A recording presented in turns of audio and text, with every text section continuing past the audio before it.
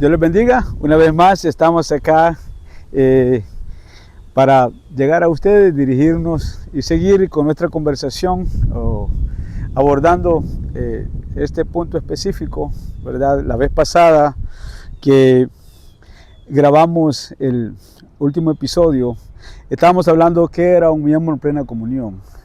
Y en el contenido, aunque hemos sido breves, dimos una declaración no que se ajuste a nuestra iglesia, a nuestras normas, sino lo que dice la Escritura.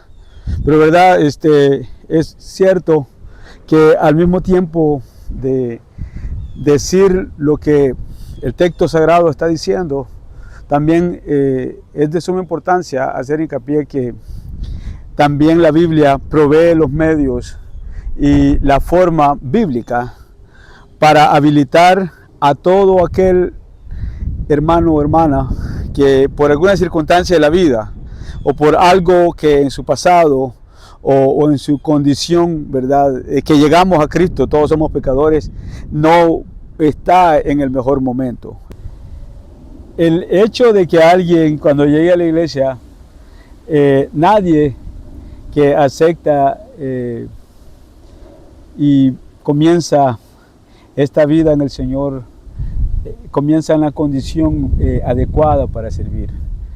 Cada iglesia tiene que tener en sus normas, en sus reglamentos, bueno, las doctrinas de toda iglesia evangélica tienen que ser las mismas, pero en sí, en su enseñanza, en sus prácticas, cada iglesia tiene que tener la forma más idónea a sus circunstancias para poder habilitar a todas las personas que lleguen a la iglesia para que puedan, después de haber comenzado en una vida, después de haber llegado a la iglesia en bancarrota espiritual, en una vida pecaminosa, muchos ya casados, separados, distinta índole.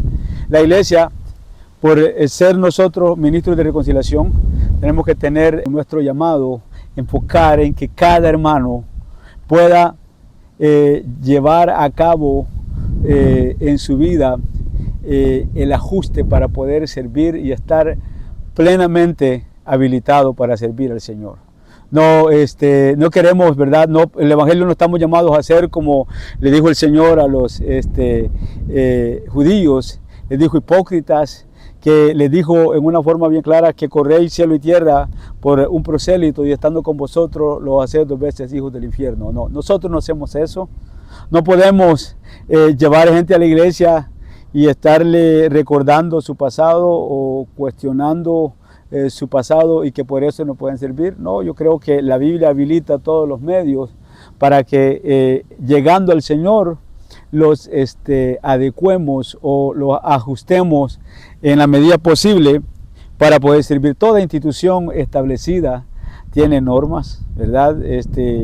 Ya sea un abogado, para ejercer tiene que respetar su ética profesional, tiene que ser un ciudadano ejemplar en el estado o país donde ejerce su profesión, un doctor, así también un ministro, así también un creyente.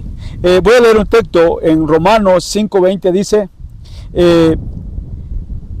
pero la ley se introdujo para que el pecado abundase, mas cuando abundó el pecado, sobreabundó la gracia. O sea, sí es cierto, ¿verdad? Cuando alguien conoce al Señor, descubre su grado de pecaminosidad. Los reformadores llamaron a esto la condición del ser humano depravación total. Y sí, nadie, ni tan siquiera uno está habilitado para servir al Señor. Nadie fuera de venir a Cristo. No obstante, ¿verdad? La gracia es el medio en el cual el cristiano está al venir a Cristo, y la gracia habilita a toda aquella persona que le recibe a Cristo en su corazón a poder adecuarse. Primero, ¿verdad? Como estábamos hablando, tiene que estudiar la palabra, una vida en oración. Nosotros los cristianos enseñamos, practicamos el ayuno, ¿verdad? El ayuno no hace más santo a nadie, sino que es una disciplina en la cual nosotros aprendemos a depender de la soberanía de Dios. Y, ¿verdad? También la Biblia dice que el ayuno ayuda a tener una intimidad más cercana con Él, ¿verdad? La oración, la lectura de la palabra, el practicar la piedad, practicar una vida cristiana constante, ¿verdad? Yo no creo que alguien que esté entrando y saliendo de una iglesia pueda afirmarse. Lastimosamente, ¿verdad? Con tantas pseudo doctrinas o con tantas doctrinas que están enseñando que diluyen el contenido de ellas mismas, muchas personas no se afirman porque lo que interesa nada más es la cantidad y no la calidad. Realmente, si vemos la historia, aún en la primitiva iglesia, ¿verdad? El Señor siempre andaba acompañado a mucha gente, pero Él se encargó de 12 nada más. A ellos les enseñó y ellos literalmente pusieron de cabeza el mundo conocido en su tiempo. Así de que haciendo énfasis en esta palabra, nosotros, ¿verdad? Tenemos que ser claros que sí, el pecado es abundante, pero la gracia ha sobreabundado y el Señor, ¿verdad? Es el que habilita a todos los seres humanos que vienen a Él, ¿verdad? Para que le puedan servir. Nosotros, también según Corintios capítulo 5, 18, dice que y todo esto proviene de Dios, quien nos reconcilió consigo mismo y a nosotros nos dio el ministerio de la reconciliación. O sea, nosotros los ministros, los pastores, ancianos, no tenemos las prerrogativas para decir quién es cristiano o no, decir quién es salvo o no. Eso está en la soberanía de Dios. Así sea calvinista de los 5 puntos, así sea arminiano, o no tenga ninguna, no se adhiera a ninguna de las líneas de interpretación de evangélica, ¿verdad? No tenemos autoridad para decir quién se va a salvar y quién no. Ahora, un punto muy importante, ¿verdad? Que abordamos la vez pasada, es que cuando alguien llega al Señor y su cónyuge no llega o no está en la iglesia, queremos ser claros al respecto, ¿verdad? Los cristianos, la iglesia no es una institución que está habilitada para casar a nadie, sino que nosotros, cuando llega alguien que no está casado, como ministros responsables y respetuosos de las leyes, les decimos a los hermanos, si llegan juntos, que vayan a una autoridad competente, a una autoridad civil o al ayuntamiento de su lugar donde viven, ¿verdad? Y después de, si ellos están dispuestos, que si están en unión libre y después de casarse, los bautizamos. Después de bautizarlos, les hacemos una presentación consagrando ese matrimonio delante de Dios. O sea, ningún ministro responsable puede hacer esa ceremonia en la iglesia sin que haya un certificado de un matrimonio. En el caso acá de Estados Unidos, los ministros, un ministro ordenado, un ministro puede tener la licencia de clérigo residente para casar con la prerrogativa estatal y también hacer la presentación al mismo tiempo. En el caso de mi persona, ¿verdad? Soy pastor y ministro ordenado en Missionary Church y al mismo tiempo también en el estado de Massachusetts puedo realizar matrimonios con las licencias que dan en los ayuntamientos en este estado. Entonces, ahora, en el caso que una hermana o un hermano llegue a la iglesia y su cónyuge no llegue, la Biblia dice, voy a leer una porción bastante amplia de Corintios capítulo 7, del 12, versículo 12 al 16, dice: y a los demás yo digo, no el Señor, si algún hermano tiene mujer que no sea creyente y ella consiste en vivir con él, no la abandone. Si una mujer tiene marido que no sea creyente y él consiste en vivir con ella, no la abandone. Porque marido incrédulo es santificado en la mujer y la mujer incrédula es en el marido. Pues de otra manera vuestros hijos serán inmundos, mientras que ahora son santos. Pero si el incrédulo se separa, sepárese. Pues no está el hermano o la hermana sujeto a servidumbre en semejante caso, sino que a paz nos llamó Dios. Amén. Bien, En este caso la Biblia está siendo bien claro, ¿verdad? Estamos hablando de unas personas que están casadas legalmente y uno de los dos llegan a la iglesia. Muchas iglesias no bautizan a las personas que llegan a esa condición si no acepta el otro cónyuge, pero realmente no veo la razón, no veo en sí, la Biblia aquí está diciendo que la hermana no puede dejar al cónyuge ni el hermano. Entonces, los cristianos en las iglesias, nosotros podemos bautizar a uno de los cónyuges que hayan llegado al Señor mientras el otro no ha llegado, siempre y cuando ellos estén casados.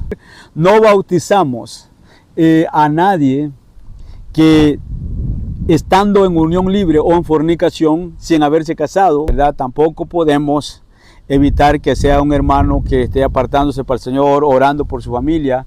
Pero lo que quiero decir es que en este caso una persona que está en una unión libre con su cónyuge llega a la iglesia, lastimosamente, bueno, en nuestro credo y en nuestra enseñanza y acuerdos o reglamentos, que si está en otra condición, si la hermana llegando al Señor o el hermano y habiendo llegado al Señor, su cónyuge decide que a causa de que ellas cristianas se separan, respetamos eso. No obstante, nosotros como iglesia no llevamos una consejería al hermano que ha aceptado para que separe a la persona de su marido o de su mujer. No lo hacemos porque nosotros, como dije una vez, somos ministros de reconciliación. No podemos hacer eso. Al mismo tiempo, tenemos que procurar en oración, esperar hasta que Dios haga la obra.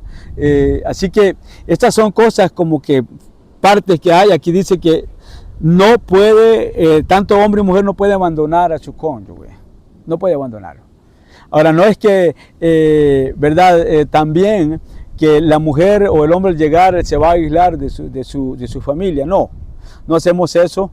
Lastimosamente, ¿verdad? En muchas ocasiones, ministros sin conocimiento o sin misericordia, yo sé que aconsejan un caso diferente, pero no podemos hacer eso. Ahora, lo otro, ¿verdad? En el caso que llega un hermano que ha estado en el Señor mucho tiempo y se cayó de la gracia, prácticamente pecó y se fue del evangelio.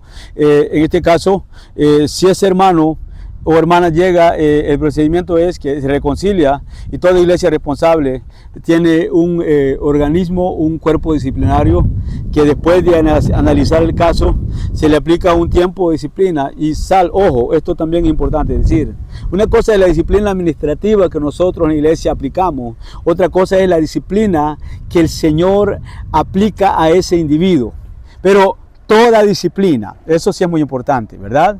Toda disciplina tiene que llevar el objetivo de la restauración. Si nosotros no tenemos ese objetivo, entonces los convertimos en peor que los fariseos y peor que los escribas, que siempre estaban aplicando las reglas, pero ellos no las cumplían. Entonces, ese es en el caso que solamente lleguen a condición. O sea, pero ahora, la otra situación es que muchas personas se van de la iglesia, abandonan la iglesia porque se acompañaron con un impío afuera, con una persona que no cree en Cristo afuera. Entonces, ahora, si ese hermano o hermana llega a la iglesia y llega y su cónyuge no, pero están casados. Entonces, otra vez, ¿verdad?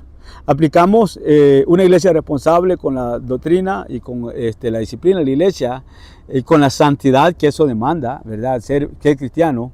También aplicamos un tiempo disciplinario y otra vez, ¿verdad? Lo triste es que a veces hay personas que habiendo llegado y antes de haberse salido han ejercido un ministerio y cuando llegan literalmente en una condición desordenada maritalmente, con un cónyuge que no es cristiano o con una mujer que no es cristiana y ella no va a la iglesia y aún en esas condiciones quieren seguir predicando, quieren seguir enseñando. La salvación es individual, hermano. No dudo que ese hermano y esa hermana pueda ser restaurada, pero bajo los argumentos bíblicos no está habilitado para volver a ejercer sus ministerios. No puede porque no es irreprensible, no puede ser ejemplo. Esto no quiere decir que el Señor no lo puede perdonar. No, no me estoy refiriendo a eso. Me estoy refiriendo que la salvación es individual y el Señor, ¿verdad?, imputa ese estado de gracia en la persona, pero estar habilitado para enseñar, ejercer autoridad, ese es algo muy diferente. Ese es algo muy diferente. Ese es el conflicto que hay en las iglesias conservadoras, o con una doctrina respetuosa del texto sagrado. Esa es la diferencia que hay, o con las iglesias que enseñan un evangelio diluido. Yo le menciono iglesias con una doctrina light, ajustada al gusto del cliente, ¿verdad? Que no importa cómo que haya hecho, no importa cómo haya regresado, el hermano o la hermana tiene carisma, pero es el asunto, o sea, el asunto es de que la Biblia llama que el hombre de Dios, la mujer de Dios, tiene que ser ejemplar y al mismo tiempo tiene que ser alguien que a la hora de enseñar no vaya a ser avergonzado. O sea, eso es muy importante a considerarlo, porque cuando nosotros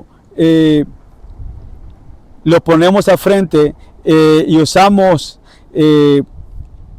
la autoridad bíblica, estamos ejerciendo autoridad y somos portavoces del Señor. La Biblia aconseja que nosotros podamos, lo que llevemos a cabo, esté respaldado por la Escritura y también por un carácter moral. Cuando para ejercer el ministerio que estaba ejerciendo, si era un anciano, si era un pastor, si era un ministro. Bueno, en el tiempo pasado estuvieron habilitados y estaban en un estado de plena comunión y se fueron para el mundo, literalmente apostataron de la fe, ¿verdad? Eso quiero hacer un paréntesis. Hay apóstoles doctrinales y apóstotas personales. El apóstata doctrinal es que estando en la iglesia, nunca se fue de la iglesia, pero comenzó a cambiar la doctrina. El apóstata de corazón es aquel que pecó en sí mismo, se fue y regresó. Esa persona, si habiendo ejercido un ministerio y regresa, bíblicamente no está habilitado. ¿Por qué? Aquí lo dice: será el pueblo como el sacerdote. Y, ¿verdad? Si nosotros diluimos esa parte doctrinal, ¿verdad? Estamos quebrantando y también diciéndole el mensaje a un hermano que puede hacer lo que quiera, al fin y al cabo no hay efectos. Pero el Señor, hermano, disciplinó al mismo David. Muchas personas dicen: no, pues David pecó y el Señor le perdonó. Claro, pero David no pudo. Usted no se ha preguntado, David no pudo ser pastor. Salomón nunca pudo haber sido pastor, porque para ser pastor tiene que ser marido de una sola mujer. Entonces, para ser ministro en esta economía de la gracia, hay reglamentos que los hombres de Dios en tiempo de la ley no estaban habilitados para enseñarlo o para cumplirlo por la condición de ellos. Ahora, volviendo al punto, ¿verdad? Nosotros como cristianos tenemos que mostrar amor, gracia, misericordia, ¿verdad? Porque una cosa es enseñar verdades bíblicas así de una forma llana. Otra cosa es, ¿verdad?, hablarle a un amigo, hablarle a un individuo que ha estado en el Señor, pero aplicar gracia en eso, aplicar misericordia. Yo aconsejaría a los hermanos que, habiendo estado en el Señor antes de haber ejercido ministerios, cuando se reconcilien y les permite el Señor regresar, que fueran sencillos y humildes, y no, porque muchas de estas personas que no son humildes llevan líos a la iglesia, dividen iglesias, dividen ministerios, porque quieras o no tienen adeptos, tienen compañeros, tienen amigos que defienden lo indefendible y han dividido iglesias, porque hay un grupo de hermanos que los quiere tener al frente cuando definitivamente ya no están habilitados. Imagínense a alguien que haya caído en fornicación, o sea, en adulterio, que le haya sido infiel a su esposa y se haya apartado de la grey, y ministro o esta persona que ha ejercido ministerio regrese y quiera seguir ejerciéndolo,